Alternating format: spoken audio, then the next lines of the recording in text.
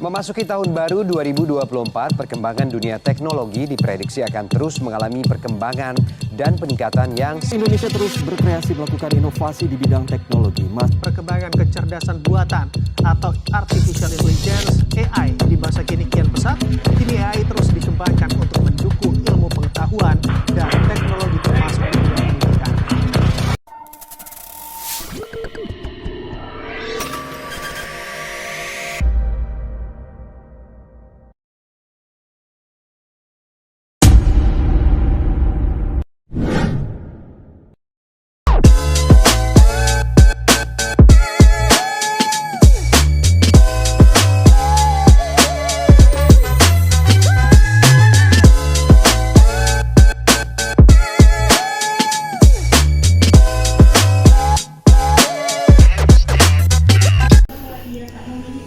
Perkembangan teknologi informasi dan komunikasi yang begitu pesat pada dekade 1990-an dan awal 2000-an telah membawa perubahan signifikan dalam berbagai aspek kehidupan, termasuk dunia pendidikan.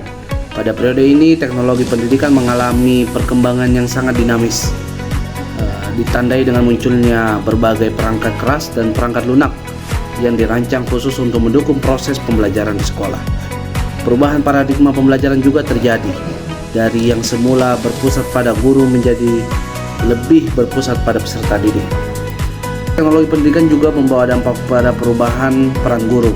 Jika pada tahun 1994 guru lebih dominan sebagai sumber informasi, maka pada tahun 2000-an guru mulai bertransformasi menjadi fasilitator pembelajaran. Guru dituntut untuk dapat merancang kegiatan pembelajaran yang lebih interaktif dan lebih melibatkan peserta didik secara aktif di kelas. Namun, perubahan peran ini juga membawa tantangan tersendiri, seperti kebutuhan akan pelatihan yang berkelanjutan bagi guru itu sendiri dan dapat menguasai berbagai jenis teknologi yang harus dikembangkan pada guru itu sendiri juga. Apakah kalian sudah mengetahui definisi tentang kawasan teknologi pendidikan? Mari kita mengingat kembali definisi teknologi pendidikan menurut ACT tahun 2004 yang menjelaskan definisi teknologi pendidikan adalah studi atau etika praktik dalam upaya memfasilitasi pembelajaran dan meningkatkan kinerja dengan cara menciptakan, menggunakan atau memanfaatkan dan mengelola sumber-sumber teknologi yang tepat. Selanjutnya, unsur-unsur kawasan teknologi tahun 2004. Yang pertama, proses teknologi.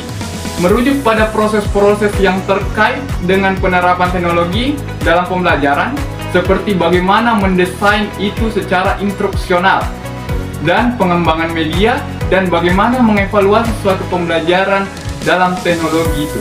Yang kedua, sumber daya teknologi. Meliputi berbagai jenis teknologi yang digunakan dalam pembelajaran, dan di sini terbagi atas dua. Yang pertama adalah perangkat keras yang meliputi komputer, tablet, iPad ataupun proyektor ataupun yang lainnya.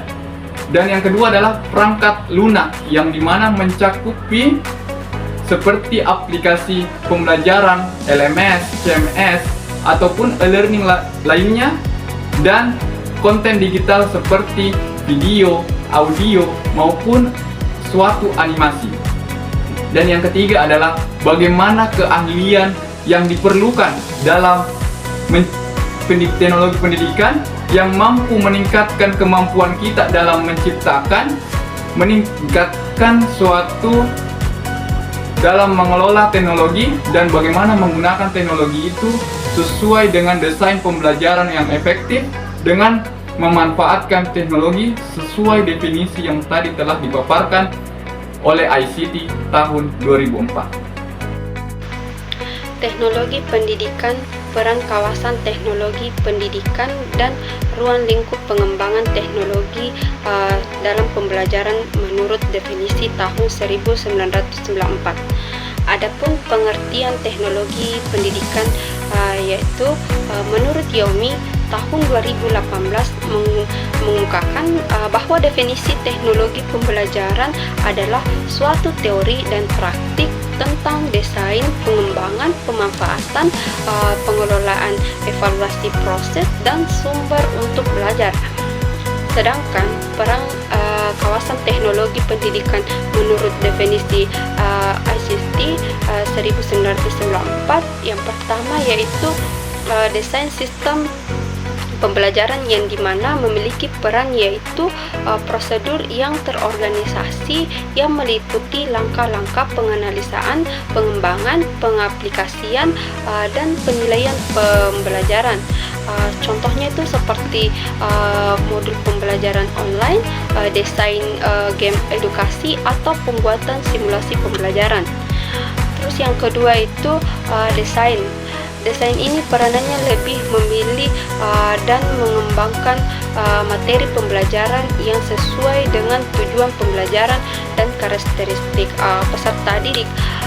Teknologi ini membantu dalam menyampaikan pesan yang jelas, menarik, dan mudah dipahami. Contohnya itu seperti pembuatan video pembelajaran, infografis, dan sebagainya. Terus yang ketiga itu strategi pembelajaran. Peranannya ini memilih dan menerapkan metode strategi pembelajaran yang lebih efektif untuk mencapai tujuan pembelajaran. Contohnya itu menggunakan forum diskusi, platform pembelajaran virtual, atau aplikasi mobiler untuk tugas-tugas kelompok. Yang keempat, karakteristik pembelajaran. Peranannya ini menganalisis kebutuhan, minat, dan gaya belajar peserta didik untuk menyelesaikan desain pembelajaran. Contohnya itu menggunakan sistem adaptasi pembelajaran yang menyesuaikan tingkat kesulitan materi berdasarkan kinerja peserta didik. Terus yang terakhir, kelima, teknologi. Teknologi ini berperan memilih dan menggunakan teknologi yang tepat untuk mendukung proses pembelajaran. Contohnya itu seperti penggunaan perangkat lunak authoring, platform pembelajaran manajemen LMS, atau realitas virtual.